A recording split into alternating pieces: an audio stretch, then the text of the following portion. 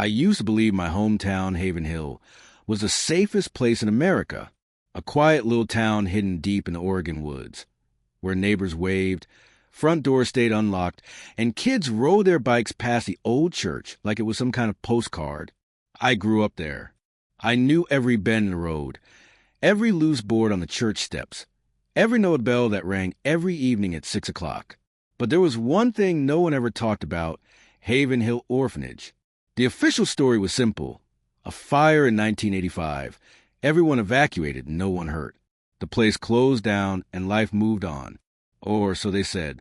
12 days ago, I came home to finish my final thesis for college. I chose to write about missing children in small towns. I didn't expect to find anything. I just wanted pass. But that night, while walking past the church, I heard it. A scream. High-pitched. Frantic. It didn't sound old. It sounded recent. Alive.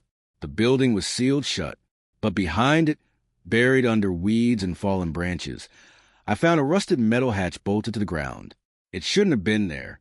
I opened it, and what I found underneath wasn't just forgotten. It was hidden on purpose. 8 rooms, all white, each with a metal-framed bed, each with a camera in the corner, one long hallway, and at the end of it, a room with red writing on the wall. The Sanctuary Project, initiated in 1956. In that room, I found a Bible, but not the kind you'd find in church. This one was wrapped in something that looked like skin. Inside weren't scriptures. They were schedules, names, children. Some I recognized. Some were never seen again. I don't know exactly what I've uncovered yet, but I do know this. They don't want the story told. And after this video, I might not get another chance. They say time stands still in small towns. In Haven Hill, it rots. The deeper I stayed, the more the cracks began to show. The air always smelled faintly of pine and something else, like wet stone and old dust that never settled. Fog rolled in every morning from the trees, curling around rooftops like smoke that had nowhere to go. Even in summer, the town felt cold, like the sun could shine everywhere except here. The church stood at the center of everything, abandoned but never touched. No graffiti, no broken windows. Almost like the town itself was afraid to disturb it. The grass around it was trimmed, fresh, as if someone was still taking care of it, quietly in the dark.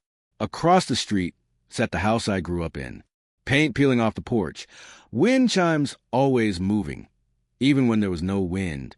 I stayed there with my grandmother. She never spoke much, not about the orphanage, not about anything before 1985. But sometimes, late at night, I'd hear her whispering in her sleep, saying names I didn't recognize. And one word over and over again, sanctuary. I started noticing other things too. Streetlights that flickered when I walked past. Strangers who seemed to know my name. One man outside the grocery store nodded at me and said, "Welcome home, Melissa," even though I'd never seen him before. The town looked peaceful, but underneath I could feel it. This place was hiding something, and it had been hiding it for a very long time. It started with a box, a small metal box tucked behind a loose board in my grandmother's attic. I wasn't even looking for it. I was trying to find an old photo album, something harmless. But when I reached behind the beams, my fingers hit cold metal instead of dust. It was heavy, locked, and the key was taped underneath. Inside were papers, some so old they cracked at the edges when I touched them. Names, dates, photos of children I didn't recognize. And stamped at the top of each page, in fading red ink, Sanctuary Project, internal use only. There was a floor plan, too. A hand-drawn map of the church with something strange, an extra wing that didn't appear on any real blueprint. Beneath it, someone had scribbled in pencil, Level B, restricted. There was also a list. I remember that part clearly. 23 names, all girls, each with a birth date and something called a transition date. One name stood out, Joanna Marsh. That name rang somewhere in my memory, but I couldn't place it. Not yet. Tucked at the bottom of the box was a cassette tape. The label read, May 2nd, 1984, final day. There was no cassette player in the house. So I drove into town, found an old pawn shop, and asked the clerk if he had something that could play it. He just stared at the tape in my hand and said, "You shouldn't listen to that, sweetheart." But I did, that night in my car, parked under the trees. I slid a cassette in and pressed play. And what I heard was a girl crying, a voice, maybe a priest, chanting, and then the sound of water boiling, but not on a stove. It sounded like it was inside someone. The next morning, I went back to the church. I parked a block away and walked the rest, avoiding the main road. I didn't want to be seen, not after what I heard on that tape. The church looked the same as always, silent, untouched, the kind of place time forgot. But now I knew what was underneath, and I knew where to look. Behind a building, where the grass grows too perfectly and no one ever steps, I found the old cellar doors. Rusted, padlocked, 3 locks, all mismatched, like someone had added them at different times, trying to make sure no one ever got through. But they didn't count on someone determined. I had bolt cutters. I didn't even hesitate. 1, 2, 3. The doors creaked open like something breathing for the first time in years. A blast of cold, stale air hit me in the face, thick with mold, iron, and something else. Something almost sweet, like rotting flowers. I stepped inside. The stairs groaned under my weight. They went deeper than I expected, maybe 3 stories down, maybe more. There were no lights, just a narrow beam of my flashlight, cutting to the dark like a blade. And then I reached the bottom. The floor was smooth concrete, damp. There were wires running along the ceiling, frayed and tangled, and old speakers mounted in every corner. I walked past the first door. The name Abigail was carved into the wood. Next to it, the number 17. Then the next, jam carved shakily, number 18. 8 doors in total, each one different. Some had scratches. Some had bloodstains that never fully disappeared. One had fingernails embedded in the frame. At the end of the hallway, I found it, a room larger than the rest, with symbols drawn on the walls in ash. A cracked crucifix, and in the center, a small, empty bed, strapped with metal cuffs on both sides. And then I saw the camera, still blinking, still powered. Someone had been watching, and maybe they still were. I couldn't sleep that night, even with the church behind me, even with the cellar doors locked again. My mind wouldn't stop replaying what I saw. The names carved into wood, the cuffs, the blinking light. I kept thinking about one name in particular, Joanna Marsh. I looked her up the next morning. No social media, no online records, no obituary.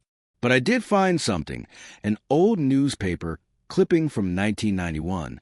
A missing girl, 17 at the time, disappeared from Haven Hill. Same name, no leads, no suspects, just gone.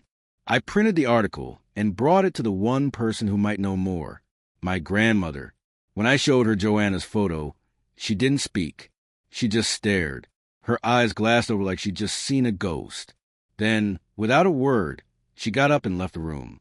But I wasn't done. I took that photo with me and showed it around town. Gas stations, diners, laundromats. Most people shrugged, pretended they didn't recognize her. Until I reached the edge of town, an old trailer parked near the tree line. I knocked. A woman opened the door just wide enough to look me over. Her eyes moved the photo in my hand, then to my face. "You shouldn't be asking about her," she said. "I think I found where she was held." I told her, in the church basement. Silence.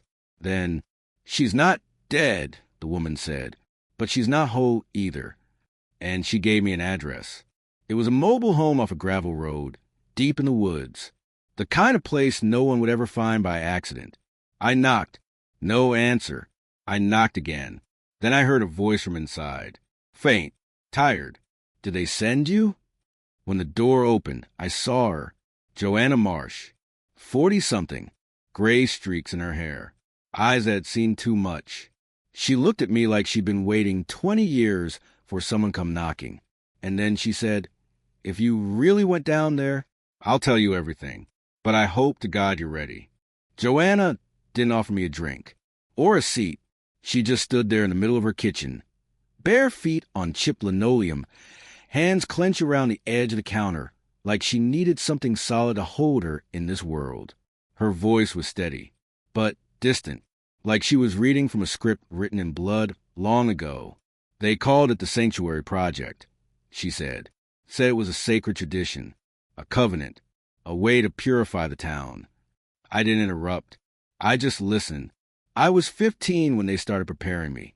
They said I was chosen, special, that I'd serve a higher purpose. But what they really meant was that I'd suffer so others wouldn't have to. She looked up then, right at me. Her eyes weren't crying. They were empty. They kept me underground for 4 years, she said. 4 years of silence, pain, prayers that burned more than they healed. I wasn't alone. There were others, but they never stayed long. Some didn't survive the ceremonies. Some were taken elsewhere. I never knew where. She turned and opened a drawer. Inside was a stack of journals, old, weathered, filled with shaky handwriting. She slid one toward me. I started writing down what I remembered, she said. The names, the chants, the routines. Every Thursday was cleansing. Every Sunday, confession. They used cold water, but it burned. They said the pain meant the demons were leaving. I flipped through the journal, page after page of suffering disguised as salvation.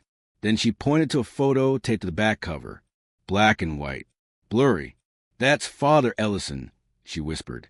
He ran the program. But he wasn't alone. There were others. The mayor, the sheriff, my own uncle. They visited.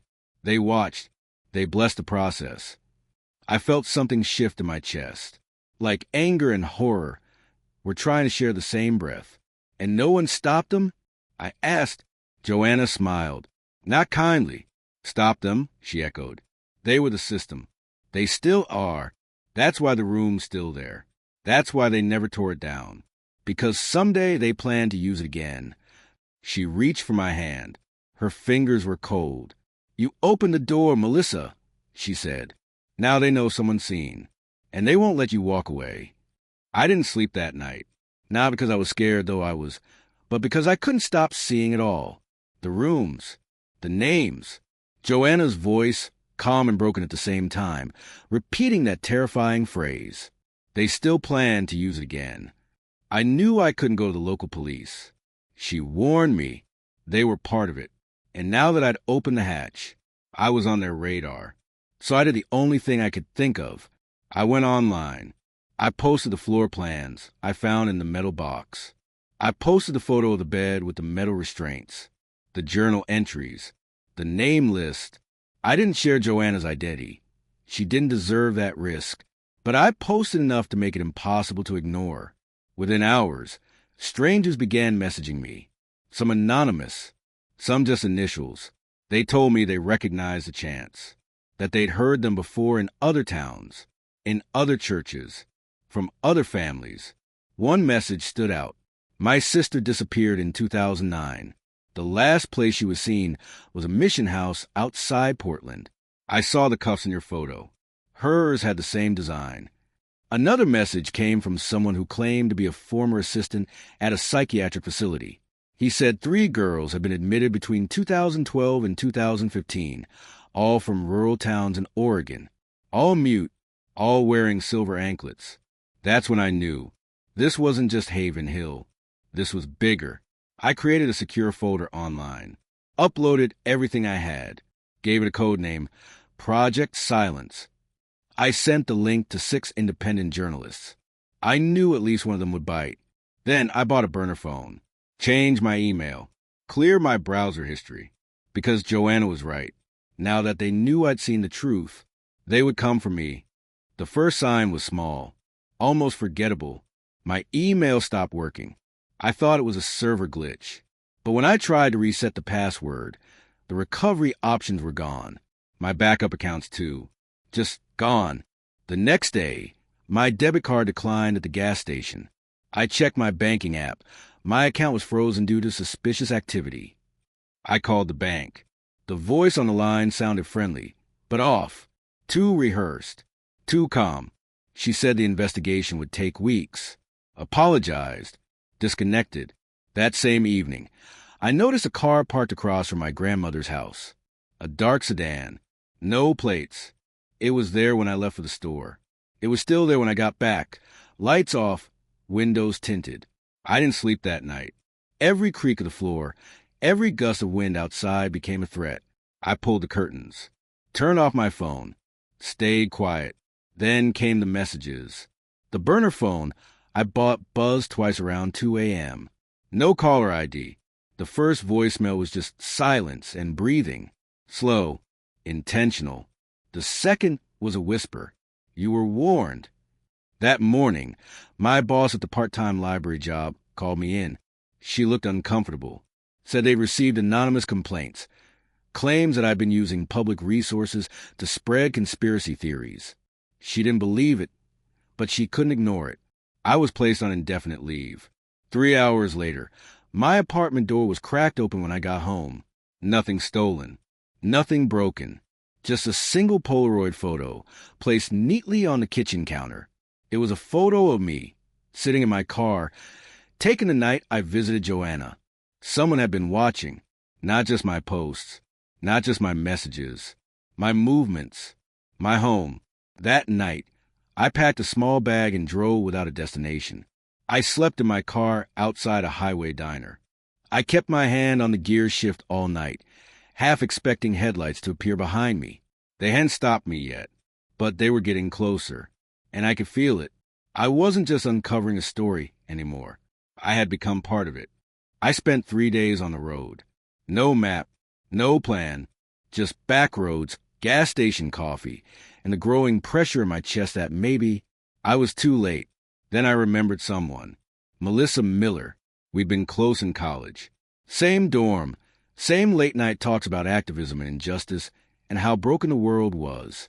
She'd always said, if you ever find something worth burning down, call me.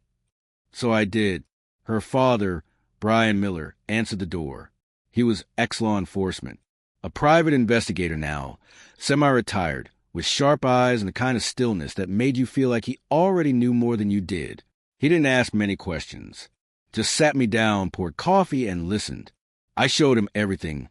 Printouts, photos, transcripts, Joanna's journal, the church layout, the online messages.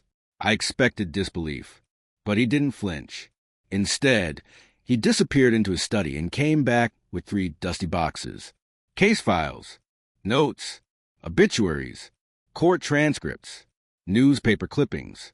You're not the first person to find something like this, he said quietly, but you might be the first to survive long enough to bring it all together. Over the next few days, we worked side by side. Brian began connecting the dots. Towns, churches, judges, families, girls, hidden rooms, all tied together under one pattern, always in rural areas, always shielded by people in power. And then we found it, a common symbol, a silver ring or bracelet worn by those inside. Joanna had described it. I'd seen it in one of the photos. Brian had found it in 5 other investigations, all dismissed, all buried. He made calls to people he still trusted, ex-agents, retired marshals, journalists who'd lost their jobs chasing the wrong story, people who'd seen what the system wouldn't admit.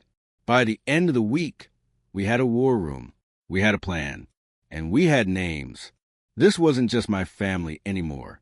It was 15 families, 4 states, dozens of officials. And if we could get the evidence to the right hands, federal jurisdiction beyond the local corruption, maybe, just maybe, we could finally burn this network to the ground. We knew they were planning another ceremony. Joanna had warned me. There was always another girl, always a new, chosen one. Brian and I had intercepted a message, an old file buried in a USB drive recovered from a former judge's archive. It listed the next selection. Subject number 24, Maya Reynolds. Age 9 status. Initiated. The ceremony was set for Saturday night, just like before, just like Joanna's time. We didn't have warrants. We didn't have backup. Not yet, but we had the truth and a live stream. So we made a plan. Brian wired a body cam to my jacket and connected it to a private streaming server. One click, and the whole world could watch in real time. We placed hidden cameras outside the church ruins. I wore dark clothes, gloves. I carried bolt cutters, extra batteries, and Maya's photo folded in my pocket. Saturday night came. Fog crept in like smoke. The town was silent. Too silent. They were already inside. I slipped around the back of the church, the same way I'd done weeks before. The cellar doors hadn't been resealed, only chained again. I cut through them. Every clang of metal echoed like a gunshot. Inside, the basement air felt heavier than I remembered. Hotter. The lights were on this time, dim, yellow, flickering. And then I heard her, a child, crying, soft, rhythmic, like someone trying not to be heard. I turned on the live stream. If you're watching this, I whispered, they're doing it again, in this church, right now. The viewer count jumped hundreds, then thousands. Comments flooded in. I reached the ceremony chamber. There she was, Maya, lying on the metal bed, anklet locked, eyes wide with terror. Surrounding her were 6 people, hooded, chanting, holding silver relics. One of them reached forward, holding a vial of something dark. I stepped out, camera in hand. "The world is watching you," I said. They froze. One man lunged at me, but I dodged. The camera kept rolling. More people poured in. My father, my uncle, my former school principal. They grabbed for me. I screamed Maya's name. She looked up, moved. Then the door above burst open. Federal agents stormed down the stairs. Guns raised, badges out, voices firm. Federal marshals, get on the ground now. The ceremony shattered. Hooded figures dropped their relics. Some ran. Most froze. Brian followed behind, face pale but determined. He nodded at me. Maya was safe. The room was documented, photographed, every name taken, every hidden file copied. The live stream became global news before sunrise. This time, they couldn't cover it up. They tried to deny everything, of course. Claimed the video was manipulated, that I was mentally unstable, that Maya had made it all up. But it was too late. The live stream had been mirrored to dozens of sites, downloaded by thousands. Every angle, every face, every chant. The evidence collected by the federal agents was damning. Photographs, documents, hard drives pulled from hidden compartments beneath the church floor. Silver anklets, ritual garments, the names of every girl, every date, every transition. Joanna testified first. Her voice shook, but she didn't break. She told the courtroom everything. What happened to her, what she'd seen, what she'd lost. Then came the others. Girls from other towns, other states. Survivors who had never spoken until now. One by one, they told their stories. The jury didn't look away once. The federal prosecution moved swiftly. Across 4 states, arrest warrants were issued. 15 families, 32 officials, 3 judges, 2 police chiefs, 1 former senator, each of them with matching silver rings or bracelets, each of them tied to a system built on silence, fear, and blood. The judge presiding over our case didn't smile, didn't blink much, but when he read the verdicts, guilty on all counts, he looked at us, and I saw it. Respect, relief, and rage, quiet and righteous. My father was sentenced to life. So was my uncle. So was the town sheriff. The church was seized by the government. The property declared a federal crime scene. Investigators found what we feared, a second chamber. Behind a false wall. Bones. 8 sets. Girls who'd never made it out. We held a memorial for them. Named them with flowers and candles. Even when we didn't know all their names. Joanna stood beside me that day, hand in hand. She didn't cry, but she did breathe, deeply, freely, for the first time in 40 years. It didn't end with the verdict. Justice isn't a door that slams shut. It's a slow, heavy gate that groans open, inch by inch. The network was dismantled, yes, but the scars remained. In me, in Maya, in Joanna, and in the girls whose names we never learned. but whose pain still lingers in the silence they were forced to keep. I stayed in Haven Hill for another 6 months, not because I had to, but because I needed to watch it fall. Piece by piece, the church was demolished. I watched the walls crumble from across the street, and I swear the ground exhaled. I returned to college to finish my degree in social work. My thesis became a book, Project Silence, a record of what happened, how it spread, and how it was finally stopped. The book didn't make me famous, but it made survivors feel seen. Now I work with children. I teach them about boundaries, about trust. I tell them that fear doesn't make you weak, and silence doesn't make you safe. Joanna moved into a small house near the coast. She grows herbs now, sends me dried lavender in the mail. She always writes the same thing in her letters. You broke the chain. Maya's living with a new family now. Safe, healing. Her therapist says she's starting to laugh again. Sometimes she writes me letters with stick figures holding swords. She draws herself with wings. She calls me the breaker of rooms. Sometimes I still hear echoes at night. The metal clink of an anklet, a faint whisper, but they fade. And in their place, I hear something else. Voices, stronger now, telling the truth, refusing to be quiet. The rooms are gone. The silver is melted. But the light we let in, that stays.